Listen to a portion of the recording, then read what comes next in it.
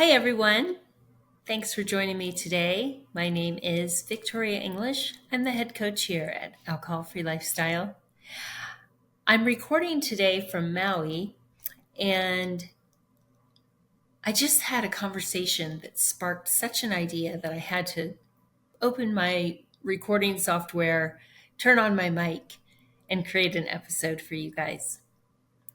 Today, we are going to talk about how eliminating alcohol can enhance both your personal and professional life. This topic was inspired by a conversation I just had with a member. And I'm going to take you through the scenario. And I'm curious if it resonates with you. I'll then tell you about the science behind what transpired and what happened. So we have members in Project 90, and we have one in particular who was experiencing a moment of crisis that was so intense that he in fact reached out to our team at Alcohol Free Lifestyle. I spoke with this member, and when he answered the phone, he sounded very stressed, very anxious. This person is 85 days into the program and has been a wonderful member, very active, very engaged, very committed to this process. And so at 85 days, he was having a moment of crisis, and alcohol in the past would have been his default. He shared with me that he is experiencing what he perceives, and I think we can all understand this, what he perceives as an exercise in futility. He is dealing with something we all love to deal with. He is dealing with bureaucracy.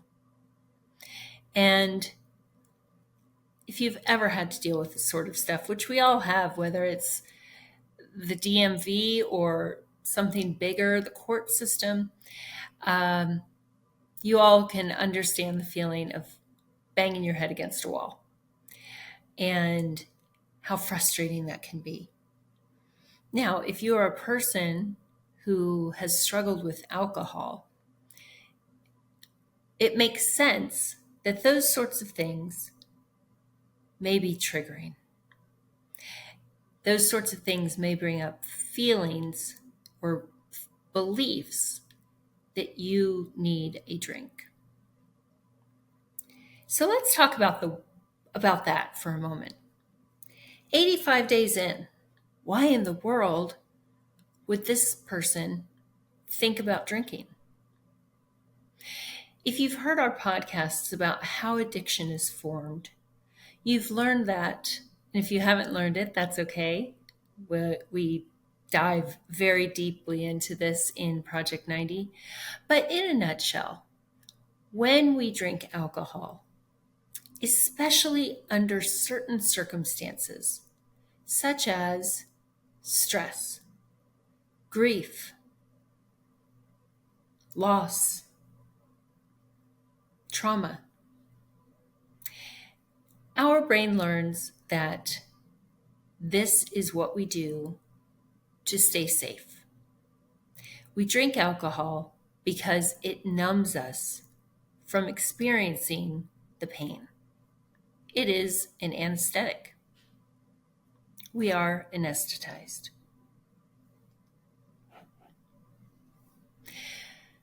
These neural pathways are formed with repetition, and they become quite strong. They're pretty deep. They run deep. And so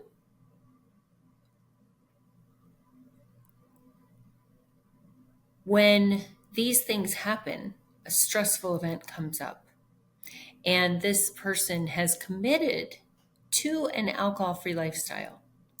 What we learn about in Project 90 is that instead of shaming ourselves if the thought of alcohol comes up, instead of saying, "What is wrong with you, you loser?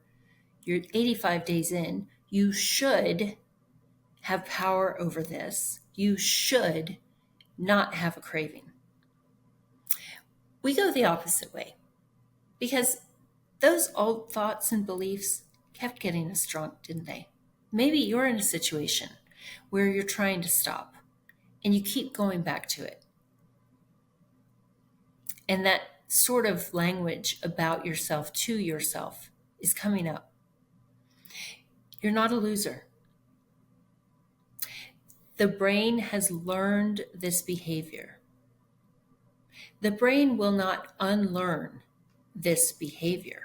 Those neural pathways, actually, someone asked me the other day, so are we repairing those neural pathways that have formed this addiction, this dependence, this habit? I said, no. You're not changing the neural pathways. You're building new ones. And I'll talk more about that in a second. And so this member in the past would have experienced these feelings of frustration, futility, lack of worth, right? Nobody likes it when they are not seen and heard. And he would have gone to pick up a drink. Why didn't he? Well, lots of reasons. He's got a community around him. He has coaches. He has connection, and he has accountability. Meaning, if he were to drink, he would need to talk about it and go through it with the group. And there's no shame in that, but it's not pleasant.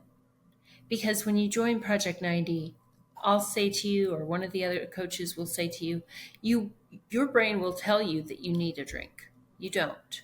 You need something, but it's not a drink.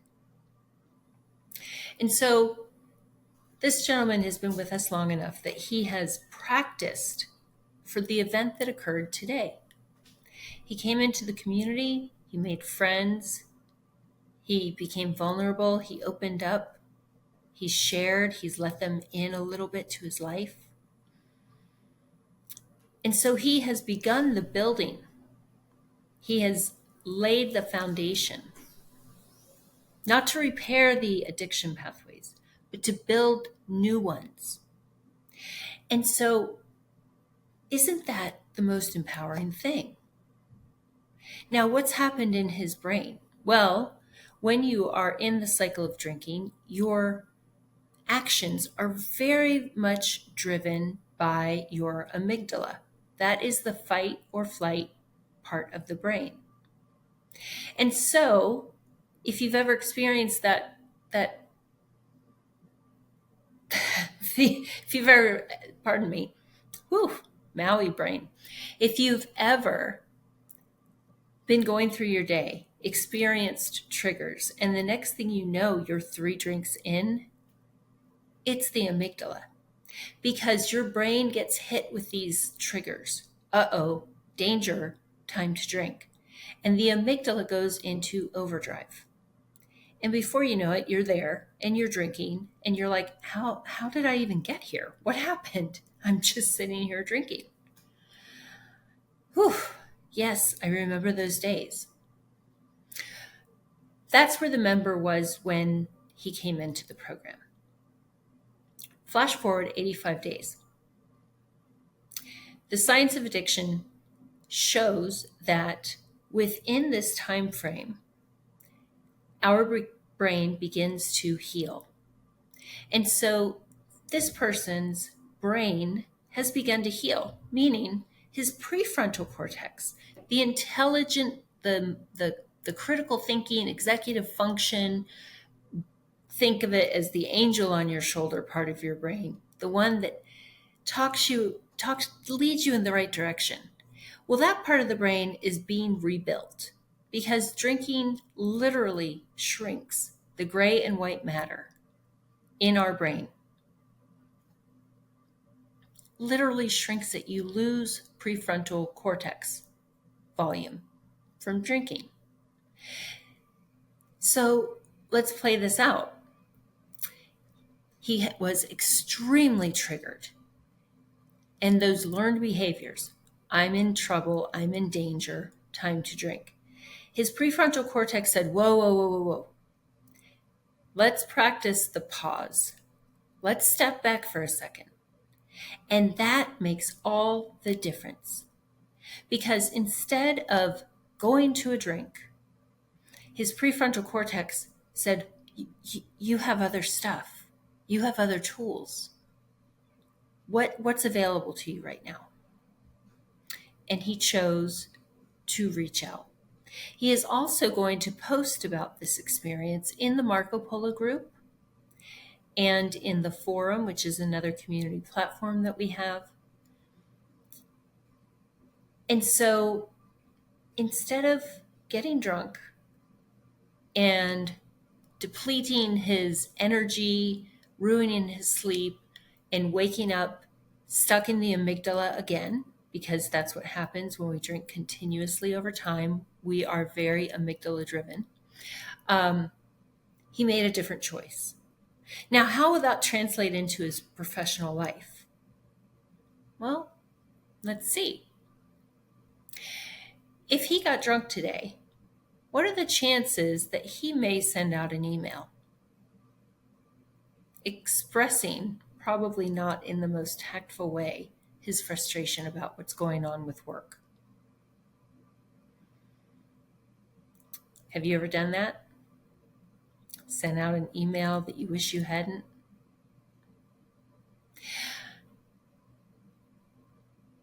What are the odds that he's going to actually think through things and come up with other possible solutions if he's drinking?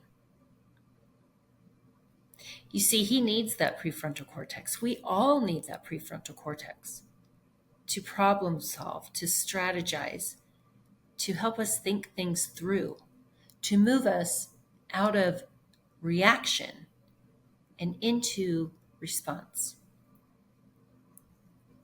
Additionally, when he works tomorrow, he will be so much more equipped. He will not be snappy. He will not be irritable. He will not be anxious. He won't have a racing heart, sour stomach, headache clouding him as he moves through this difficult situation with work. There is no carpe diem after a night of drinking. There simply is not. And how is that impacting your professional performance? Now, at Alcohol Free Lifestyle, we work with a niche. We work with a niche population, high-performing individuals, people who get things done, even though they are still struggling. They're struggling with alcohol. They're really, really either questioning their relationship with alcohol or they are just frustrated and nothing else has worked and they just don't know what to do. So this gentleman, yeah, like you guys, if you're listening to this, he looks like he had it all together. And that kept him from getting the help he needed for a long time. We're familiar with that. We all lived it, all the coaches, every single one of us. I'm doing fine. Look at what I've achieved. Look at this, look at that. But deep down we know. And so think about how this will play out over time, right? This gentleman is not driven by his amygdala, fight or flight, right? So either go after someone and be out of integrity and be frantic and anxious, or flight, just drink and keep avoiding the issue. He's restoring his brain function. He also has learned how to share. How to say, man, I had a crappy day. and receive support. And yeah, man, I get it. Me too. Or I had one of those recently, and this is what helped. Pretty cool. And so, what about his personal life? Well, the same thing applies. In fact, this is why I was so inspired to talk about this topic. He has an event with a family member who drinks a lot later tonight. At first, he said, I think I just shouldn't go. But he thought through it and he said, no, I think what I'll do is I'll post with the group and let them know I'm going into a challenging situation and that I was triggered today, and I'm going to post there so I get some encouragement. And then after I'm done with the event, I'm going to post again, because there's no way that I'll drink with that connection. And people know if I allow myself to be seen and be vulnerable, there's no way I'm going to drink. And so I don't know a lot of things for sure in this life, but I do know one thing. This guy is not going to drink today. He's not. And tomorrow, he's going to wake up feeling refreshed somewhat, right? Still stressed about this work thing, but a little less. Now, the family thing, he's got this support. He's feeling a little heavy anyway. He's going into this situation. There's some interpersonal angst, and this person's relative drinks quite a bit and can get a bit mouthy. How does this improved brain function serve him? Well, he's allowed to have boundaries. He's allowed to exit if things get messy in a gracious way, instead of it ending like it used to in an argument and someone stomping out. He's able to articulate his words. He is able to choose how his part of this engagement happens. Once we start drinking, we lose the option. We lose the choice. We let alcohol decide how our personal interactions are going to go. We've all been there. And it doesn't end well. And he's had enough of that. And so, this relative will do what they're going to do. He's not responsible for them. He is responsible for himself. And now that he has done this work and his brain has healed, he can stay in integrity and be true to himself. What's that going to feel like in the morning? No shame about his behavior. No regrets. No wondering what he said. How did the night end? I think it ended badly. None of that. So a question for you guys: how much brain space would open up for you in your professional and personal life without alcohol? What would it be like to experience the stressors with a clear head, with a high functioning prefrontal cortex, instead of being driven by the fight or flight? Just picture it for a moment. What would your professional relationships look like? Imagine a problem at work and people come to you. Imagine not snapping at them, but instead being able to take a deep breath and think it through and collaborate and problem solve.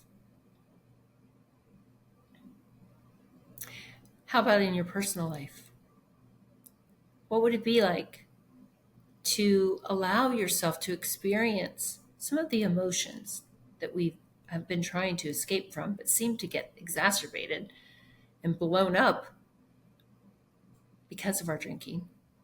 What would it feel like to sit with those feelings, to go through those situations with coaches and with friends, your community, people who are going through the exact same kind of stuff. How might that pay off in your future? How might that pay off for your children? What would it be like to model that sort of behavior for your family? The invitation is here. This is what we do at Project 90, at Alcohol Free Lifestyle. This is the magic that happens. You always get that invitation to book a free discovery call, and I invite you to do so. Do it now. If you resonate with any of this, if you see yourself in that member, that brave, outstanding member, who, by the way, is also continuing into Beyond 90 with us, so I get to work with him for 9 more months, and we get to celebrate him next week as he graduates. If you resonated with any of his story, then what are you waiting for? Anyone who joins us is in pain. I was there. I was in pain. And I did it anyway because I realized that with drinking, there was no hope. There's no hope that anything was going to get better. And if I looked at the track record, the data from the past, it was only going to get worse. So I did it anyway, because an alcohol-free life isn't always easy, but it's worth it. It's pain with a purpose, sitting with the discomfort and moving through it. What might be on the other side? Take it from me. Things you never dreamed could be possible are there for you. So book that discovery call. You'll speak with one of our incredible coaches, and hopefully I'll see you on a coaching call real soon.